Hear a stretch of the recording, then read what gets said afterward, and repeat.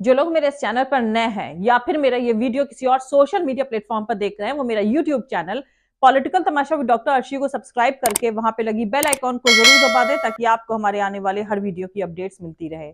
और दोस्तों, अगर आपको हमारा काम पसंद आता है, हमारे वीडियोस पसंद आते हैं तो www.patreon.com/dr अर्शी खान पर जाकर डोनेट करके आप हमारे काम को सपोर्ट कर सकते हैं। दोस्तों, हमारे YouTube चैनल का मेंबरशिप ऑप्शन खुला हुआ है जिसका लिंक इस डिस्क्रिप्शन में दिया गया है। आप उस लिंक पर क्लिक करके अपने इस चैनल को, जो आपके हक की बात करता है, आपकी आवाज उठाता है, उस चैनल को सपोर्ट कर सकते हैं। तो चलिए आज के सियासी तमाशे के सफर को शुरू करते हैं।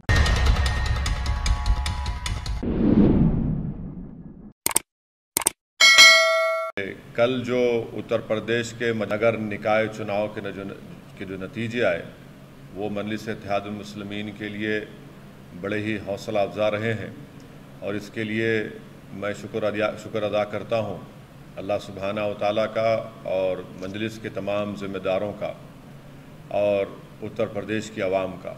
मैं इन पाँचों हमारे मजलिस के जीतने वाले चेयरमैन्स को मुबारकबाद देता हूँ और साथ ही साथ मैं बहुत ही ज़रूरी समझता हूँ इस बात को बताना आप तमाम को कि मेरठ की सरज़मीन पर मेरठ की आवाम ने जो हमेशा से एक इनकलाबी सरज़मीन रही है, वहाँ पर आपने एक इनकलाब को बर्पा कर दिया, एक क्रांति को आपने वहाँ पर लाया और मजलिस के मेयर के उम्मीदवारों को आप तमाम की दुआओं और आप तमाम की मोहब्बत, उसको 1,28,000 वोट उनको हासिल हुए और 11 मजलिस इत्तेहादुल मुस्लिमीन के कॉरपोरेटर या पार्षद को आपने कामयाब किया। मैं आपका दिल की गहराइयों से आपको सलाम करता हूं, आपका शुक्रिया अदा करता हूं।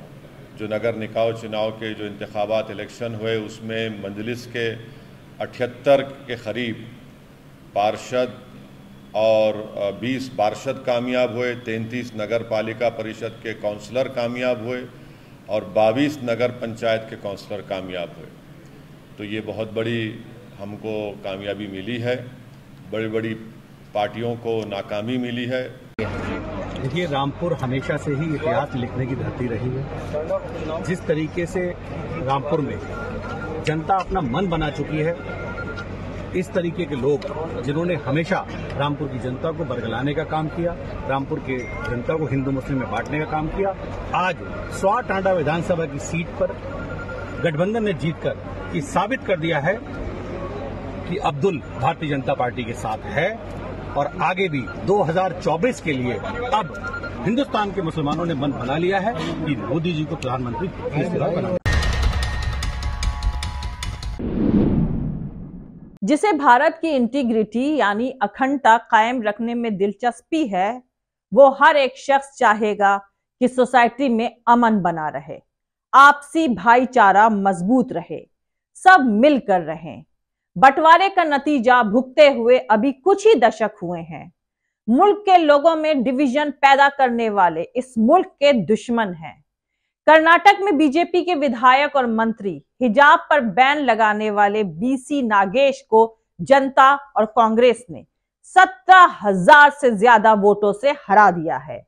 और सबसे अहम बात यह है कि उनकी विधानसभा में तकरीबन 90% वोटर्स हिंदू हैं। खैर, कल सिर्फ कर्नाटक के चुनावी नतीजे ही नहीं आए, बल्कि उत्तर प्रदेश के म्युनिसिपल इलेक्शंस यानी निकाय चुनाव के भी नतीजे आ गए हैं। इन नतीजों से अगर अखिलेश यादव ने सबक नहीं लिया है तो उनका भी हाल मायावती जैसा होना तय है, क्योंकि मायावती के वोटों में जिस तरह से बीजेपी ने सेंध मारी है, वैसी ही सेंध मारी है समाजवादी पार्टी के यादव वोटों में बीजेपी ने, और खासकर उन सीटों पर जहां समाजवादी पार्टी से मुसलमान उम्मीदवार खड़ा हो, तो यादव वोट 100% बीजेपी की तरफ चला ही जाता है। अखिलेश यादव ने कभी भी इस मसले पर यादव लोगों को समझाने की कोशिश नहीं करी। निकाय चुनाव में समाजवादी पार्टी की बुरी तरह से हार बताती है कि अखिलेश यादव की अगुवाई और बिहेवियर दोनों ही फेल्ड है। मुसलमान उनसे नाराज हैं, तो दूसरी तरफ कोई और कम्युनिटी के लोग उनसे जुड़े भी नहीं हैं। उत्तर प्रदेश की विधानसभा में चीफ मिनिस्टर योगी को अतीक अहमद के रेफरेंस में भड़काना मुसलमानों को पसंद नहीं आया है।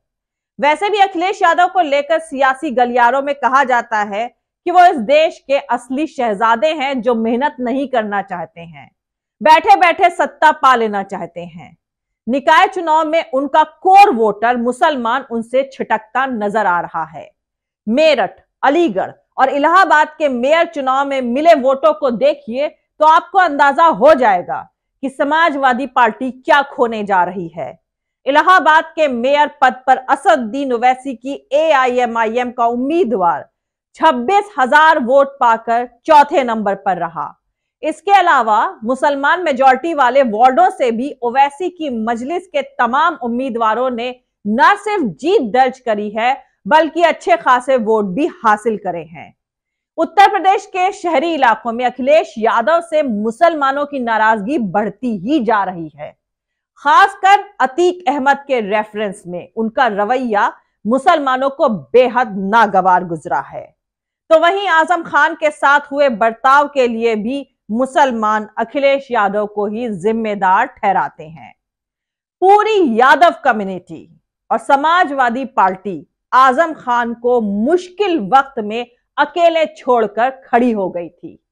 खैर, अखिलेश यादव सुधरेंगे इसकी उम्मीद बेहद कम है, क्योंकि उनके आसपास संघी सोच के सवर्ण लोग मौजूद हैं। यही हाल रहा तो आने वाले कुछ सालों में ओवैसी की एआईएमआईएम उत्तर प्रदेश के शहरी इलाकों में मुसलमानों के वोट को हासिल करने लगेगी। हालांकि राहुल गांधी भी उत्तर प्रदेश में मुसलमानों के लिए एक बेहतर ऑल्टरनेटिव होने जा रहे हैं।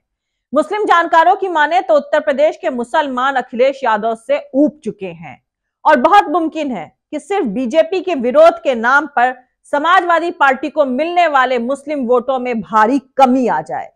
दूसरी तरफ भारत की डेमोक्रेसी ने कल 9 साल बाद ताजी खुली हवा में सांस ली है। नरेंद्र मोदी के लिए साउथ इंडिया के दरवाजे बंद होने का सीधा मतलब है कि 129 लोकसभा सीटों में से बीजेपी की उम्मीदों का 29 से सिमटकर 7 पर आ जाना। दरअसल डेमोक्रेसी सियासी तमाशे से नहीं चलती है। द टेलीग्राफ ने लिखा है, ब्रेड एंड बटर उस जहरीली सोच पर भारी पड़ गया जिसे बीजेपी हिंदुत्व का नाम देकर फैलाती रही है। आगे 4 स्टेट्स के इलेक्शन होने वाले हैं। इसमें साउथ का तेलंगाना भी एक है। बाकी 3 स्टेट्स में कांग्रेस और बीजेपी के बीच सीधा मुकाबला है। बीजेपी ने इन चारों स्टेट्स में 68 सीटें 2019 में जीती थी। पुलवामा और बालाकोट के सियासी खेल से मोदी की मजबूत इमेज के सहारे। खैर, कर्नाटक ने अब दिखा दिया है कि बीजेपी का राष्ट्रवाद, अपने सैनिकों, खिलाड़ियों के लिए फिक्र, सब कुछ सत्ता के आगे बेअसर है। प्रधान सेवक, चौकीदार जैसे नाम अब बेजान हो चुके हैं। रह गई है तो सिर्फ एक नाकाबिल, मौका परस्त और घमंडी शख्स की तस्वीर जो आगे भी टिका रहा तो नौबत कटोरा थामने की रह जाएगी। कांग्रेस ने रायपुर बैठक में इसी पैगाम के सहारे बढ़ने का फैसला लिया था और अब कर्नाटक की जीत उसे आज हौसला दे रही है। देखना दिलचस्प होगा कि आगे 3 स्टेट्स में राहुल गांधी की सियासी रणनीति कितनी कामयाब रहती है। वैसे अब अमित शाह को चाणक्य कहना बंद कर देना चाहिए, क्योंकि उनकी चाणक्यगिरी और कुछ नहीं बस मीडिया का फुलाया हुआ वो गुब्बारा है जिस पर लोग भरोसा कर लेते हैं। क्योंकि आज बीजेपी की पूरी मेजॉरिटी से चुनी हुई सरकारें सिर्फ 5 स्टेट्स उत्तर प्रदेश, गुजरात, असम, त्रिपुरा और उत्तराखंड में ही है। बाकी हरियाणा में गठबंधन की सरकार है, तो मध्य प्रदेश, महाराष्ट्र और गोवा में चोरी और जोड़ तोड़ की सरकारें हैं। तो वहीं मणिपुर और नागालैंड में वो 1 या 2 विधायकों के साथ सरकार में सिर्फ सहयोगी के किरदार में हैं। इस तरह अपने बल पर बीजेपी की कुल सिर्फ 5 स्टेट्स में सरकारें हैं। जोड़ तोड़कर बनाई सरकारों में से अगले कुछ दिनों में महाराष्ट्र, मध्य प्रदेश और हरियाणा में भी उसकी सरकार जाने वाली है। उत्तर प्रदेश की भी अगर मैं बात करूं तो यहां मुख्यमंत्री योगी आदित्यनाथ का कद नरेंद्र मोदी और अमित शाह से बहुत बड़ा हो चुका है, मगर मोदी का मैजिक और अमित शाह को चाणक्य बनाने के लिए दिन रात सैकड़ों चैनल लगे रहते हैं और जनता उनके फैलाए भ्रम को ही सच मान लेती है। लेकिन अगर आप आंकड़ों पर नजर डालें तो नरेंद्र मोदी का जादू और अमित शाह की चाणक्यगिरी को कुछ एक स्टेट्स को छोड़कर हर जगह न सिर्फ हार मिली है बल्कि उनके तमाम सहयोगी दल उन्हें छोड़कर चले गए हैं। 2014 से 2023 तक हुए चुनाव के नतीजे पर अगर आप नजर डालेंगे तो पाएंगे कि बीजेपी नरेंद्र मोदी के जादू और अमित शाह के चाणक्यगिरी के बावजूद 25 विधानसभा चुनाव में हार चुकी है। एक पंजाब 2 बार हारे, दूसरा दिल्ली 2 बार हारे, तीसरा मध्य प्रदेश हारे, चौथा राजस्थान हारे, पांचवा छत्तीसगढ़ हारे, छठा बिहार हारे, सातवां झारखंड हारे, आठवां तमिलनाडु हारे, नौवां तेलंगाना हारे, 10वां हिमाचल प्रदेश हारे, 11वां महाराष्ट्र हारे, 12वां पश्चिम बंगाल 2 बार हारे, 13वां आंध्र प्रदेश हारे, चौथा केरला हारे, 15 उड़ीसा, 16 मेघालय हारे, 17 नागालैंड हारे, 18 मिजोरम, 19 सिक्किम और 20 कर्नाटक 2 बार हारे। सोचने वाली बात यह है कि 25वां विधानसभा चुनाव नरेंद्र मोदी और अमित शाह हार चुके हैं और उनका विधानसभा में जीत का परसेंटेज 25% भी नहीं रहा है। इसके बावजूद मोदी का डंका मीडिया बजा ही रही है।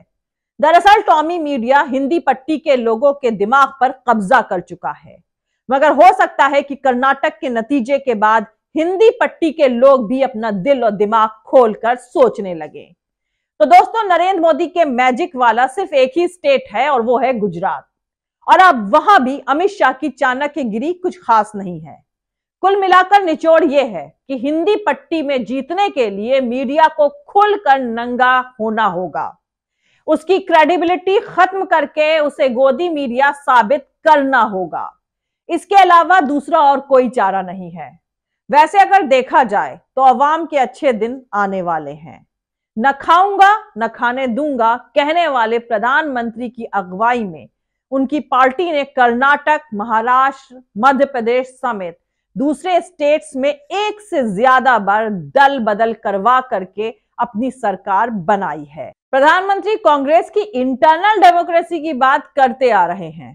खैर, बीजेपी में इंटरनल डेमोक्रेसी होती तो पार्टी में किसी ने इसे गलत नहीं कहा होता, अनफेयर नहीं ठहराया होता, और कम से कम यह तो बताया ही होता कि यह सब कैसे होता है। जैसे स्मृति ईरानी ने बताया कि उन्होंने प्रियंका गांधी को नमाज अदा करते हुए देखा था। मैं नहीं जानती हूं कि बीजेपी ये सब क्या खिलाकर करती है। लोग नारे से इन्फ्लुएंस होकर मंत्री और मुख्यमंत्री बनते रहे हैं। कर्नाटक की जनता ने इस बार ऐसा जनादेश दिया है कि बीजेपी अपनी तमाम काबिलियतों और दांवपेच के बाद भी कुछ नहीं कर सकी है। खैर, अब सबसे दिलचस्प बात यह है कि अगला चुनाव मध्य प्रदेश में होने वाला है। वहां भी खेल शुरू हो चुका है और खिलाड़ी जाने पहचाने ज्योतिरादित्य सिंधिया और उनकी टीम रही है। देखना यह है कि मध्य प्रदेश की जनता बीजेपी से बदला लेती है या सिंधिया से या दोनों से। कुल मिलाकर सियासी तमाशा देखने वालों के अच्छे दिन आने वाले हैं। वैसे चलते चलते मैं आप लोग को बता दूं कि चुनाव जीतना उतना अहम नहीं है जितना अहम राहुल गांधी का पैगाम है। उन्होंने लोगों को पैगाम देने की कोशिश करी है कि गरीबों की शक्ति ने बीजेपी के पूंजीपति दोस्तों की ताकत को हराया है। दूसरा पैगाम यह है कि कर्नाटक में नफरत का बाजार बंद हुआ और मोहब्बत की दुकान खुली है। तीसरा पैगाम है कि कर्नाटक के चुनाव में एक तरफ क्रोनी कैपिटलिस्ट की ताकत थी तो दूसरी तरफ आवाम की ताकत थी। इसके बाद का पैगाम है कि हमने प्यार और मोहब्बत से ये लड़ाई लड़ी। कर्नाटक की जनता ने हमें बताया इस देश को मोहब्बत अच्छी लगती है। दोस्तों, इसीलिए मैंने वीडियो के शुरुआत में कहा था कि जिसे भारत की इंटीग्रिटी यानी अखंडता कायम रखने में दिलचस्पी है, हर वो शख्स चाहेगा कि सोसाइटी में अमन बना रहे, आपसी भाईचारा मजबूत हो और सब मिलकर रहें। बंटवारे का नतीजा भुगतते हुए अभी कुछ ही दशक हुए हैं। मुल्क के लोगों में डिवीजन पैदा करने वाले इस मुल्क के दुश्मन हैं। उम्मीद है आने वाला कल आज से बेहतर होगा।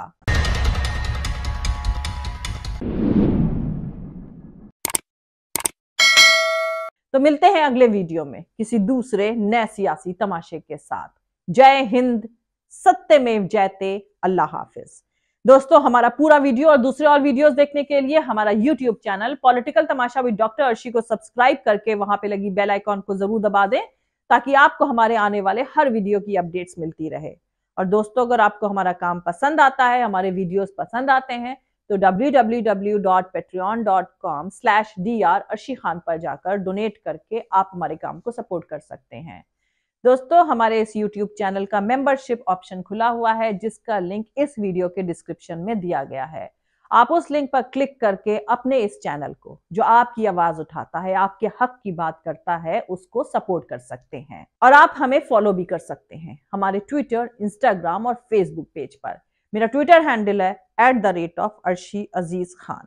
Thank you. मिलते हैं अगले वीडियो में।